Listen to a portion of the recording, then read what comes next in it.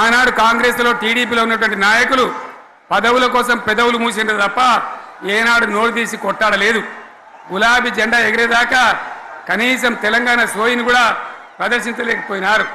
మీ అందరికీ తెలుసు, తెలంగాణ కోసం అవసరమైన ప్రతి సందర్భంలో పదవులు త్యాగం చేసిన వాళ్ళు బీఆర్ఎస్ బిడ్డలు అని చెప్పి నేను గర్వంగా మనవి చేస్తా ఉన్నా. కానీ పదవుల కోసం తెలంగాణను ఆగం చేసిన వాళ్ళు ఆనాడు ఉన్నటువంటి కాంగ్రెస్ నాయకులు అని చెప్పి కూడా నేను మనవి చేస్తా ఉన్నా.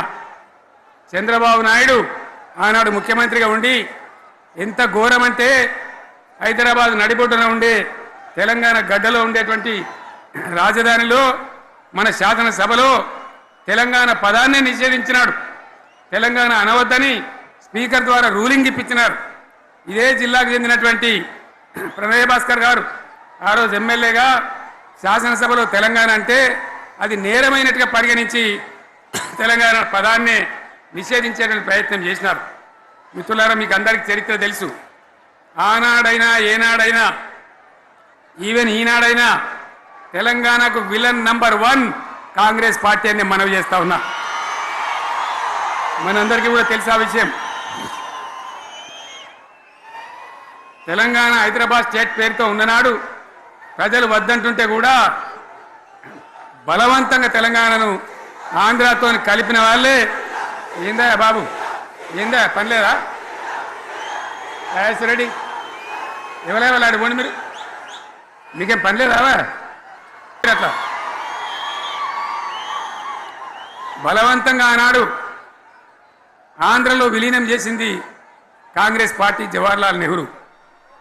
69లో ఉద్యమం వస్తే 400 మంది తెలంగాణ బిడ్డలను పిట్టల్లాగా కాల్చి చంపింది ఇందిరాగాంధీ ప్రభుత్వం, ఆనాడు ఉన్నటువంటి కాంగ్రెస్ పరిపాలన. మళ్ళీ 2001 నుంచి మనం విజృంభిస్తే నంగనాచిలాగా ఇదే కాంగ్రెస్ వచ్చి మన బలాన్ని మన ఊపును చూసి పొత్తు పెట్టుకొని తెలంగాణ ఇస్తామని నమ్మబలికి మనతో పొత్తు పెట్టుకున్నది కూడా మీరు చూసినారు.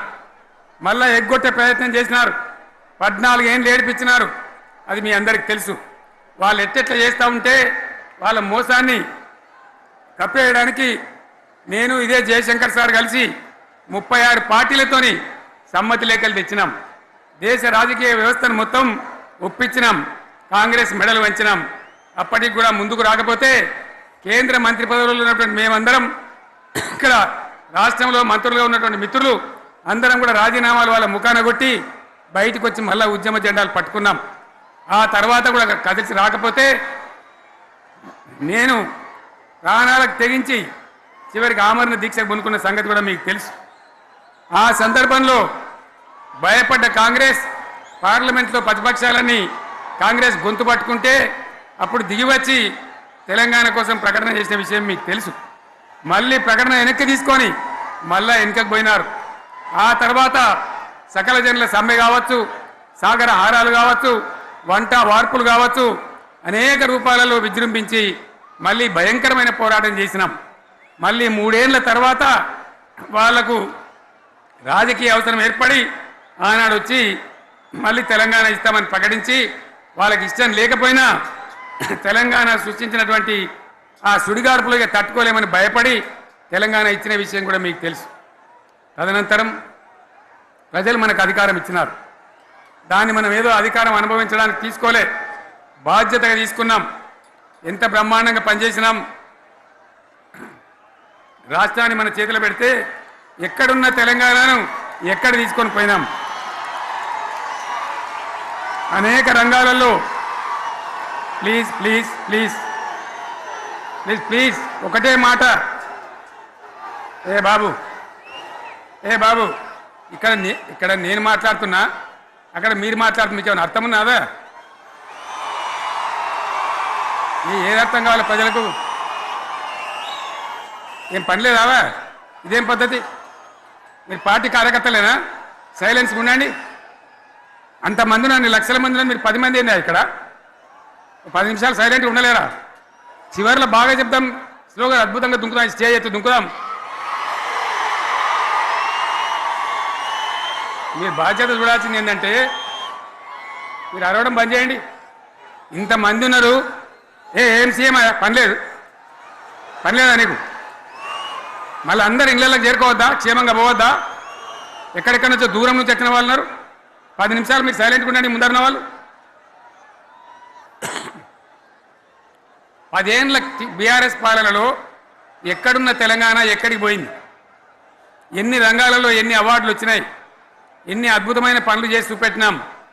తెలంగాణ అంటే ఒకప్పుడు వెనుకబడ్డ ప్రాంతం, ఎగతాళి చేయబడ్డ ప్రాంతం, పనికిమాలిన ప్రాంతం అని పేరు పెట్టిన ప్రాంతం. కానీ ఎన్ని రంగాలు తలసరి ఆదాయాన్ని బ్రహ్మాండంగా పెంచినాం. 90,000 ఉన్న తలసరి ఆదాయాన్ని 3.5 లక్షల పైచీలకు పెంచుకున్నాం. జిఎస్డిపిని దేశంలో నంబర్ 1 స్థానానికి తీసుకెళ్ళినాం. తెలంగాణలో బ్రహ్మాండంగా పెండింగ్ ప్రాజెక్టులన్నీ కూడా కంప్లీట్ చేసుకున్నాం. కల్వకుర్తి కావచ్చు, నెట్టెంపాడు కావచ్చు, భీమా కావచ్చు, ఎల్లంపల్లి కావచ్చు, మిడిమానేరు కావచ్చు, అక్కడ మేఘాల మీద పనిచేసి దాన్ని అంతా కూడా కంప్లీట్ చేసి ఒక్క పాలమూరు జిల్లాలోనే 10 లక్షల ఎకరాలకు సాగునీళ్ళు ఇచ్చుకున్నాం. బ్రహ్మాండమైనటువంటి ఇరిగేషన్ ప్రాజెక్టులు కంప్లీట్ చేసుకున్నాం. 3.5 లక్షల టన్నుల వడ్లు పండించే స్థాయికి తెలంగాణను తీసుకొని పోయినాం. వరంగల్ గడ్డ కోసం, ఇదే జిల్లా కోసం పెండింగ్లో ఉన్న దేవాదుల ప్రాజెక్టును కంప్లీట్ చేసి ఈ గడ్డకు నీళ్లు తెచ్చుకున్నాం.